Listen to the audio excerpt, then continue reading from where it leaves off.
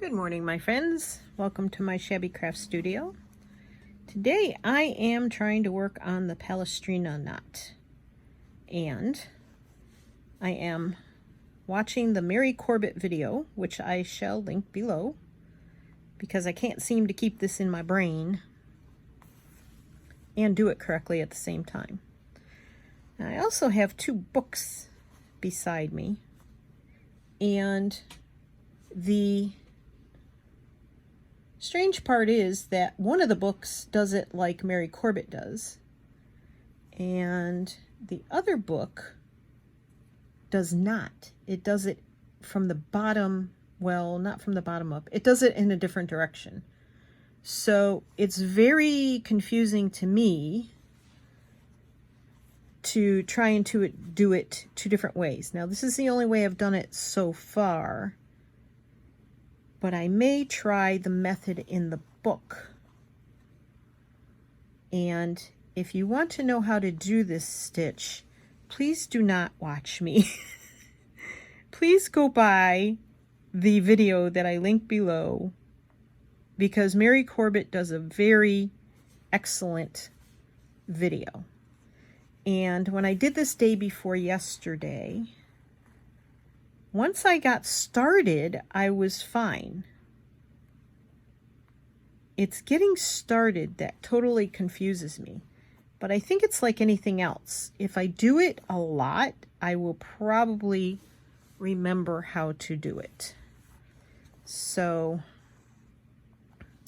and I did start with a very long thread, so that does not always help. So I'll zoom in a little bit here. My problem with zooming in is I find that when I go to edit, if I do edit, I find that I'm off camera a lot, and I don't mean to do that. It just happens. And my camera's probably shaky because I had to take it off I took the holder, camera holder, my iPhone holder, off of the sewing table, which is beside my work table, and because it just won't stay on there, it keeps coming loose. I don't know what the deal is, but anyway, oops, this thread goes up here when you do your initial stitch, Martha. So I'm trying to stay in the same spot. I'm trying not to move this hand so that I can get it right.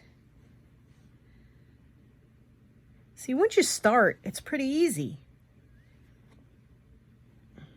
It's getting going that seems to flummox me some days. And I've also, thread up there, I've also seen where, I mean, like I watch Ariane Zurcher, and of course she does it very quickly, and she does it left-handed. So that's completely backwards, of course, to how we would do it if we're right-handers. And Mary Corbet does it in a straight row.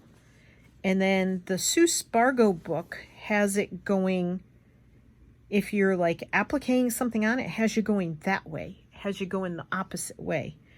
So I don't know. I'm going to give that a shot and see if it seems more logical to me. This one is a little off because you're working like top down, and that seems to confuse my brain. So I hope this finds everybody doing well and that you're playing with your stitching. I'm having a lot of fun. I started a new project. I don't think I've shown the project yet on YouTube. I don't think I have. I did post a couple of pictures on Instagram. You just want that one leg there. I did post a couple of pictures on Instagram, and can't walk and chew gum at the same time. Oh my Lord. And I'm I'm just having a lot of fun with this piece of linen that I dyed, and I need to dye some more because, hello, the linen is fun to play with. Am I getting off camera? Sorry. Don't want to pull my thread too tight and pucker my fabric.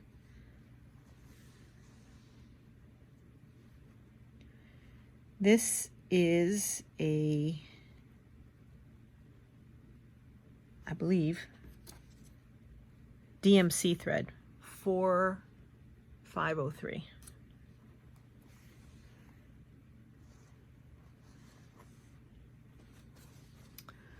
Try and stay on camera and not shake the camera too much. What an annoying thing. This whole camera setup stuff gets old sometimes. It's a constant struggle for me and always has been since I started YouTube. I would love a dedicated camera and a sturdy stand, but I don't have the money to spend on a lot of good equipment, so I make do with what I have, and hopefully that's good enough for my friends that follow me, because I'm not gaining any new followers, but that's okay. That's not why I'm doing this. I'm doing this just because I want to share with the people that want to see it. So I'm grateful for those who do watch and comment. As always, gratefulness goes a long way in making your day better. Now, I don't know if you can see all these little dots here. That's where I tore out the other butterfly that I didn't like on this piece.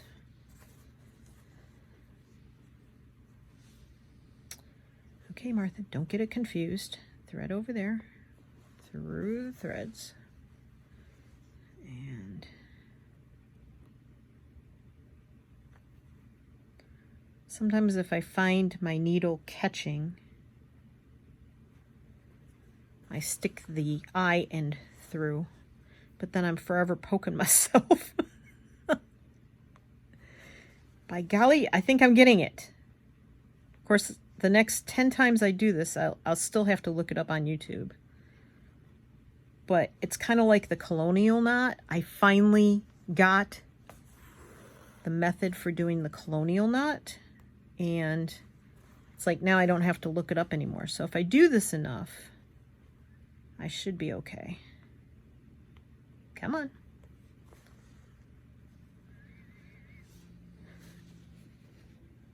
I'm letting my thread untwist. I'm just hanging my piece in the air and letting my thread untwist a little, because when it gets twisted, it just knots easier and it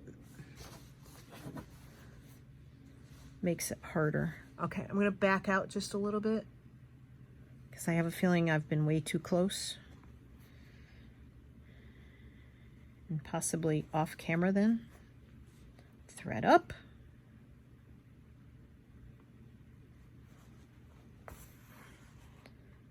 Your first leg, go through that, make the second leg, go through the, see, it's awkward. It's like you're working kind of backwards.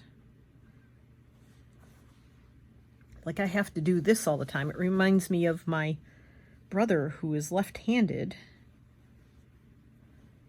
He learned to write like this, well, like this, with his arm all twisted over.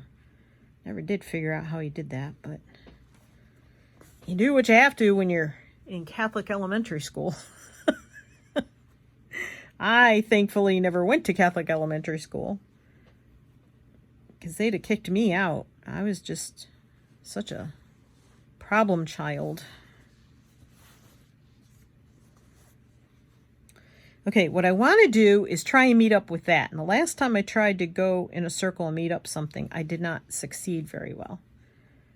So I am shooting to kind of bring it back out toward that. Paying attention for once. So I hope this finds everybody well. We are very warm in the 90s Fahrenheit and very humid. And there have been a few thunderstorms the last couple of nights, but the rain keeps missing us. Like we get a sprinkle and that's it. It's very annoying because we do need the rain. The rainstorms seem to split. The light is shining in that mirror and it's shining right in my eye. It's just the right angle to do that. It's blinding me. All right, Martha.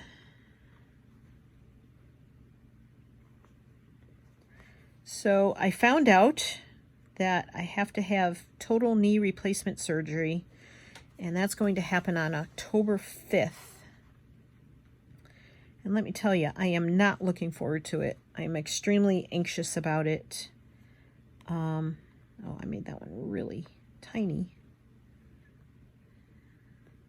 I can't find my leg. There it is. And there are some exercises that I have to do pre-op to strengthen my legs. And I'll tell you what, I'm dying. And it's not my leg that's hurting as much as it's my hip. I have some problems with my hip anyway, on the same leg as my knee needs to be replaced. And I can barely sit down, bend over, or walk today. So, all right, look at that. So I'm going to go up here. I'm going to go, maybe. See, this just seems really awkward to me. There's got to be another way to do it. Make my straight stitch, go through that straight stitch. Did not mean to pull it up. Go through that straight stitch, find my top leg, which is right there. Just weird. Just seems backwards to me. There. Last knot, and I'm gonna go down there. All right, that came out pretty. I feel a sneeze coming on. What do you think? It came out pretty. The knots came out right. It's not hard once you get the method down. It's the method that seems to be a little weird.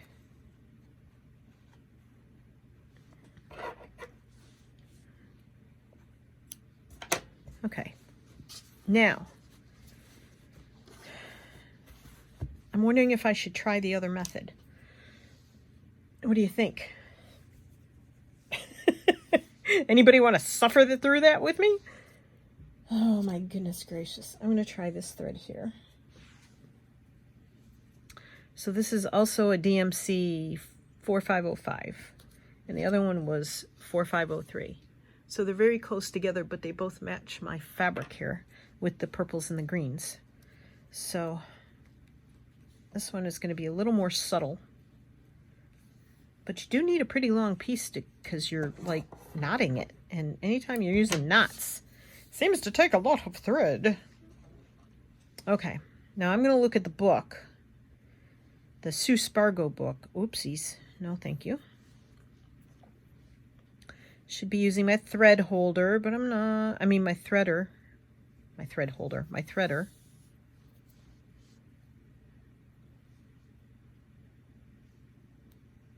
Okay. So, the Sue Spargo book I cannot show you on mine, but now I'm going to totally confuse myself here. All right, so it shows, what it shows is it's going around an applique. I don't have an applique to go around. I mean, I could go around my little flower bucket, but I'm going to try this here. This is a Dorset button I made the other day. All right, so I'm going to come up. Whoopsies. And then it shows you going down and back up. down, and back up. Trying to make sure I'm still on camera. Okay. Let's see if this one seems a little more like it makes sense to me direction-wise. Then you go down here, you pull your thread back through, and then you go, keeping the thread under your left thumb, slide the needle behind the small stitch to the left of the previous wrap. I'm assuming it's this one.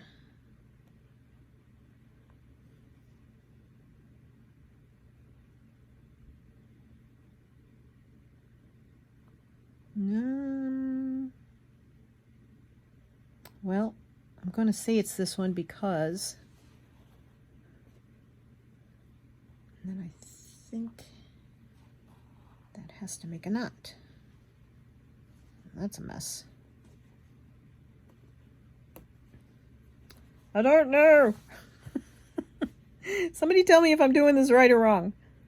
If you're used to doing this method. Okay. So I'm going to go, because basically, instead of going from the top to the bottom, you're going from the bottom to the top. So up, right? So you make your stitch. So there's my stitch.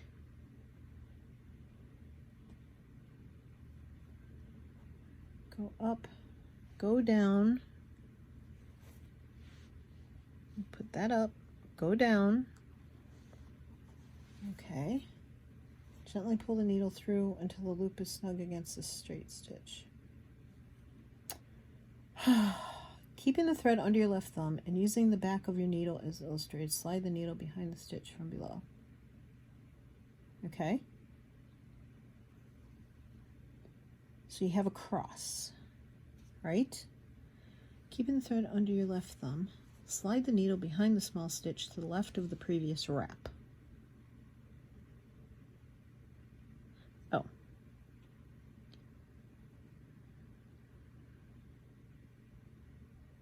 No, they show it going here, but then I would be going back through and undoing what's there.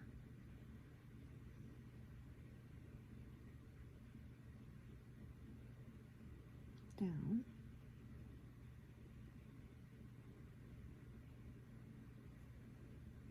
So there's your cross.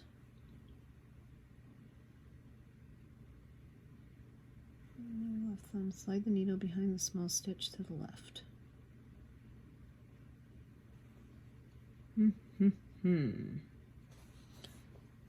So maybe I have no clue. See, I can't learn from books. All I can think of is it would be this leg here. Because if I go back through this one, then my thread is just going to come back out. But that's what the book shows. Maybe because this is over this one.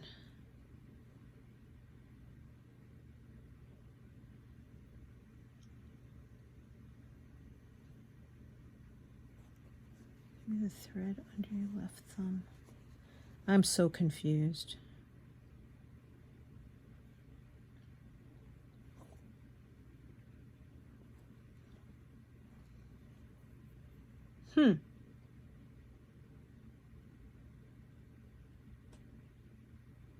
Well, it does not seem to work for me doing it this way.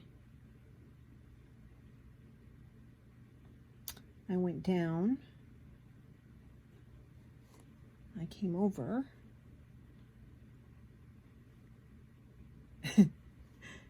I'm getting distracted because I can't get this. Oh my gosh. Well, it seems like you would go up through this and through a loop to make the knot. That's what it seems like.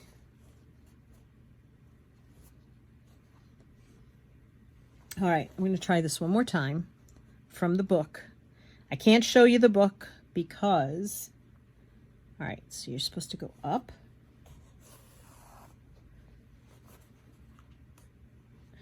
hold your thread, go down,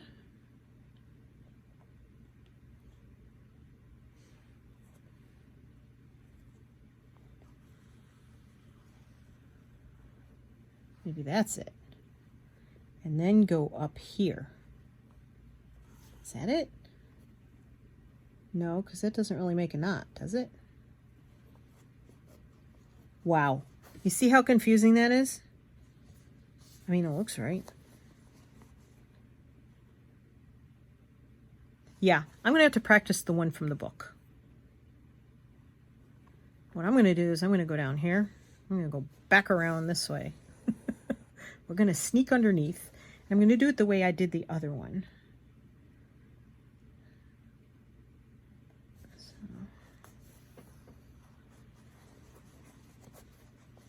So I hope this finds everybody well, like I said, and not having to deal with too much heat like we are.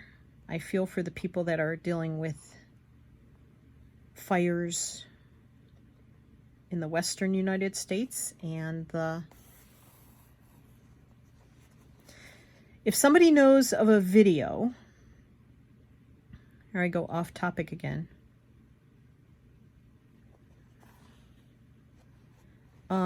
that shows it going the other way from right to left,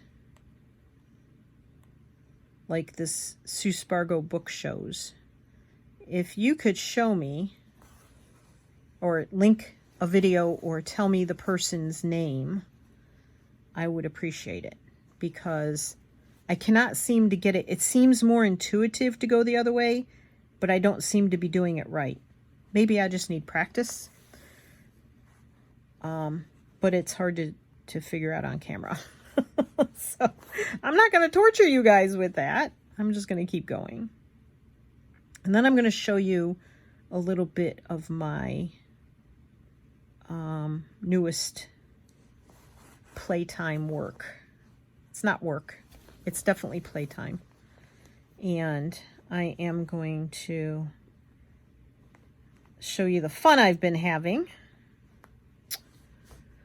I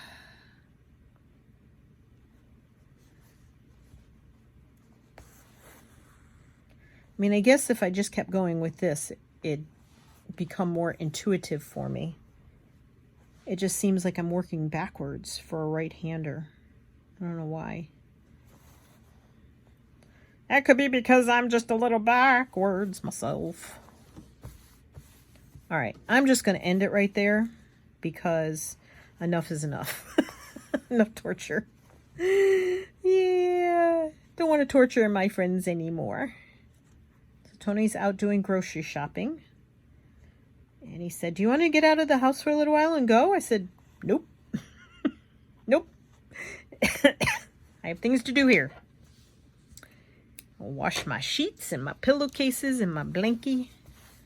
All right, so that's what it's supposed to look like. The purple there. And that's the one that was going the other way, so it doesn't look quite as cohesive.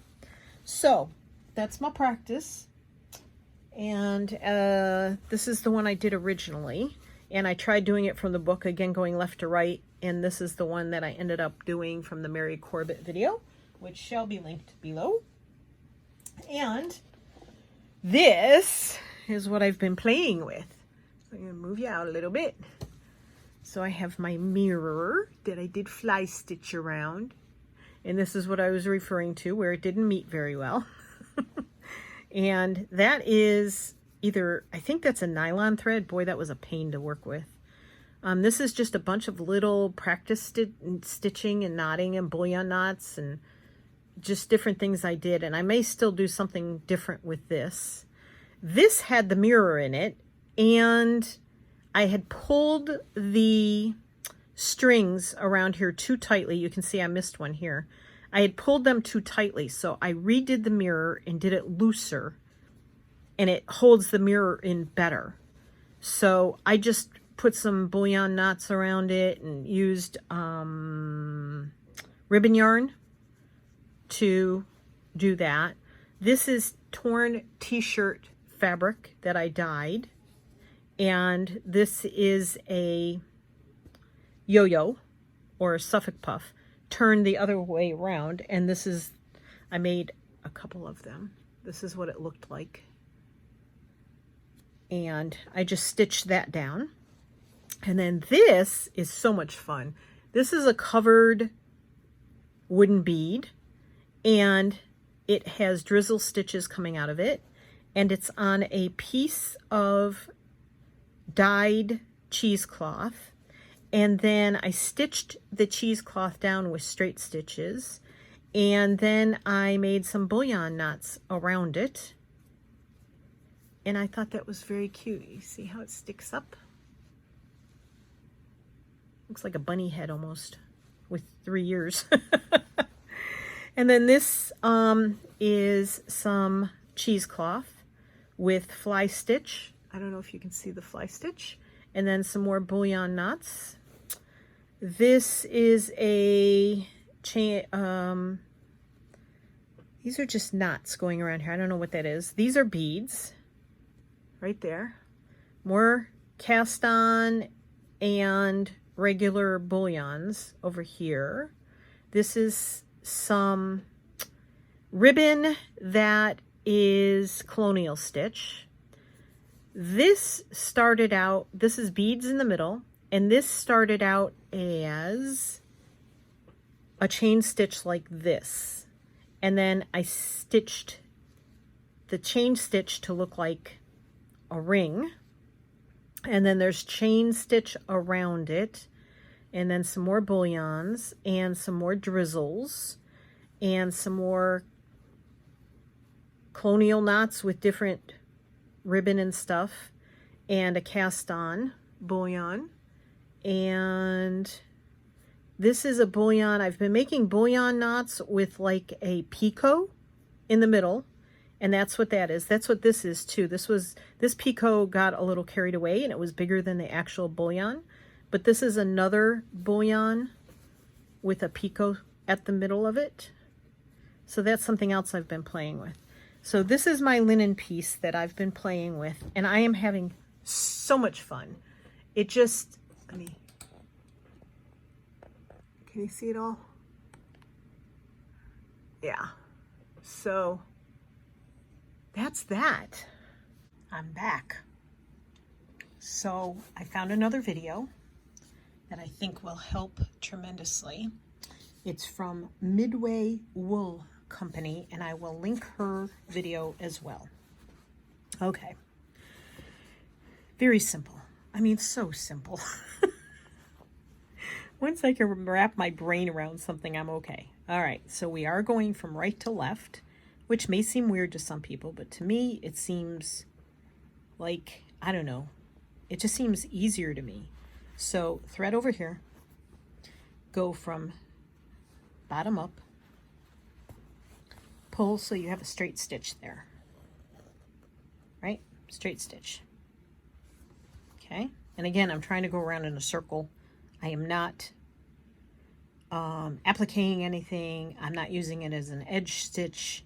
I'm just going around in a circle. So I have my thread here. I'm going to go up.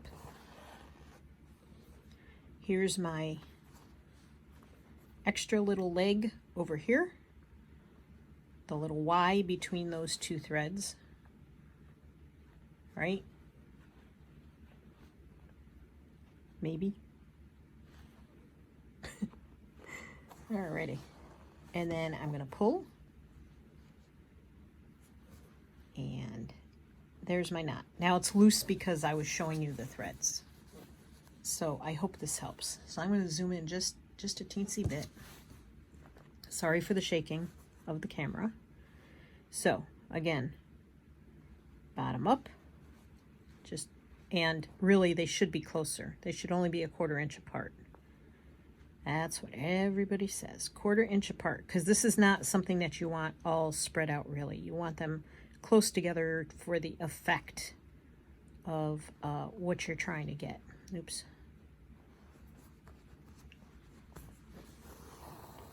Okay. So I have my straight stitch here. I'm going to go up. I'm going to create my Y, which is right here. Put my needle through it. Oops. And you want to go through that loop. And there's your knot. Okay, one more time, do it right this time.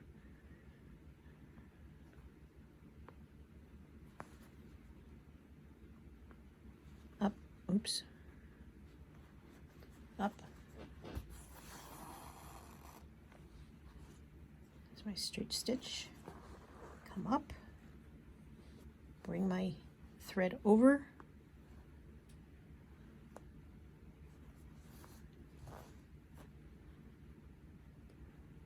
Find that extra little leg there where the Y is. Bring it through that loop, creating your knot. Look how easy that is. So for me, this is a lot easier than working this way and going this way. I don't know, it just, put your thread down, grab a little couple threads of fabric, got your straight stitch, come up, find your Y, and again, I'll bring this way up here. Find your Y.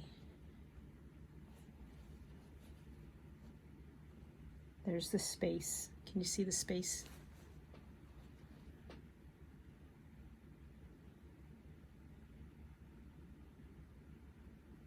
Bring your needle through and make your knot. I hope this helps anybody else who's been struggling to get this goofball knot correct. And of course, depending on what thread.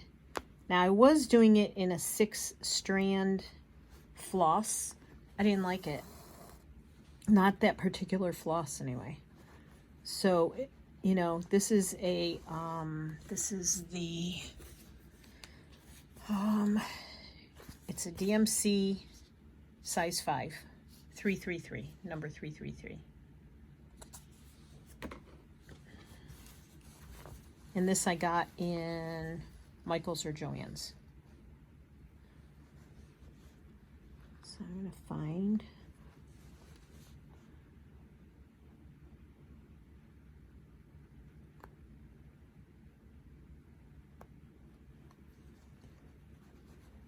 it's hard when the thread is dark. I will admit that. It's my Y and my knot. Okay, so thread down at the bottom, down and up, a few threads there, my straight stitch, go